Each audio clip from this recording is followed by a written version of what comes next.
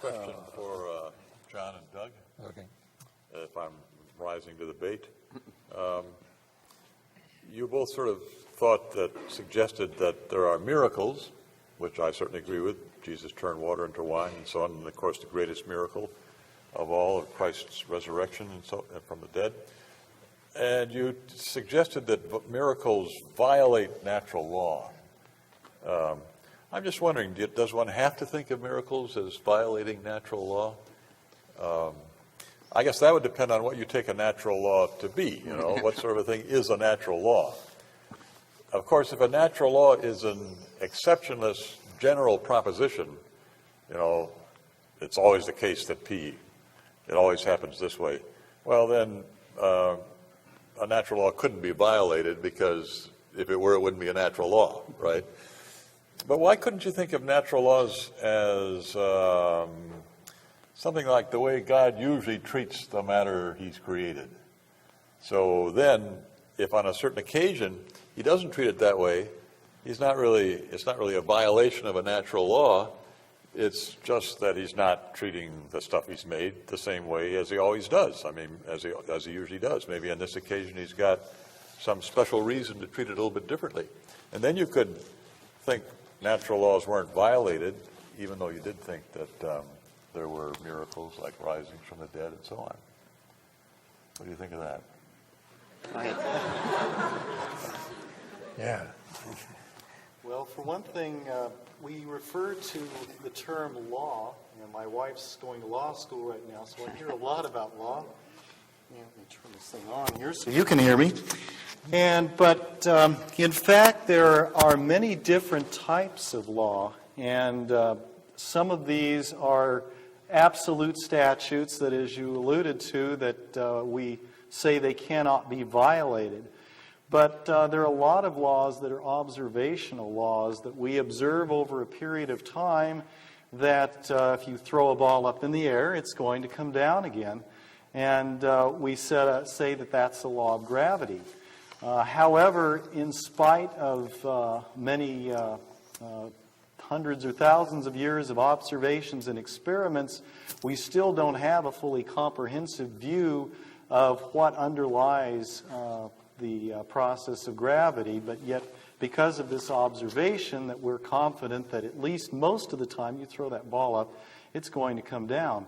But since we don't really totally understand what is behind that, it's certainly conceivable that without invoking something happening outside of the universe, that that law could cease to be for some period of time, and the ball would just continue to go up, and we would certainly be amazed at that. But it isn't necessarily that some ultimate law has been broken, but the fact that our observation base is not complete. We haven't seen all of the possibilities. So that would be one response to that. I could make a response, too, that we may not be aware, as Doug pointed out, our laws that we call laws in science are observational things that don't seem to have had any exceptions, like the second law of thermodynamics, and yet we have no proof of it, and it is just observational.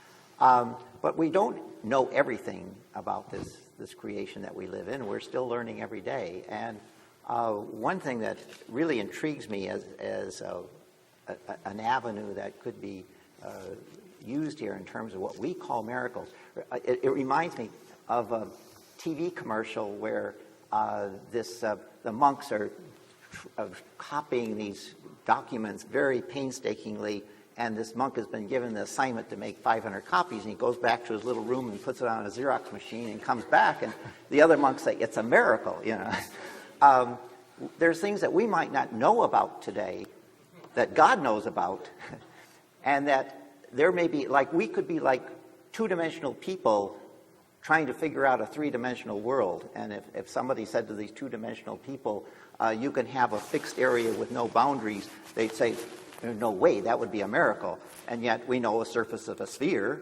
is that. It has a fixed area with no boundaries. You can go around and around and around, as we do today in our airplanes. So there may be things, in fact, I think in terms of the words of Jesus, of living in the Spirit, or if you had faith like a mustard seed, you could do these things. There's something that he knows. He's in touch with some other dimension. Let's just use that as an analogy. Not that I'm saying that there is another dimension, could be, but that he's in touch with something that we could be in touch with, but we don't, and we aren't. But maybe at some point we will. Maybe it's something we will only learn after we die. But it could be that there are natural laws that we see as being broken, but to God they're not being broken.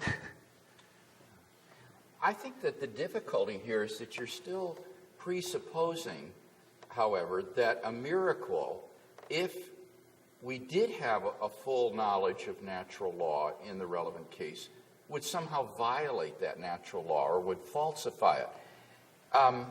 And I suspect that this is one of the reasons why scientists seem so hostile to the idea of miracles, because the idea of breaking a law of nature smacks of breaking a civil law, sort of violating Mother Nature or something of that sort, which is very unsavory. But if we think of the laws of nature in a different way, as simply idealizations of what happens under certain sort of ideal conditions, when there are no interfering factors present, then when a miracle occurs, a law of nature isn't violated at all, because there are interfering factors in this case. So why couldn't we define miracles not as violations of the laws of nature, but as something that simply lies beyond the causal capacity of nature to produce in any certain time and place? And I think that would just get rid of this whole emotionally prejudicial language of violating laws of nature, and speak instead of simply what lies beyond the causal capacity of the natural forces that are at work at a particular time and place. Okay. I'm not going to argue that.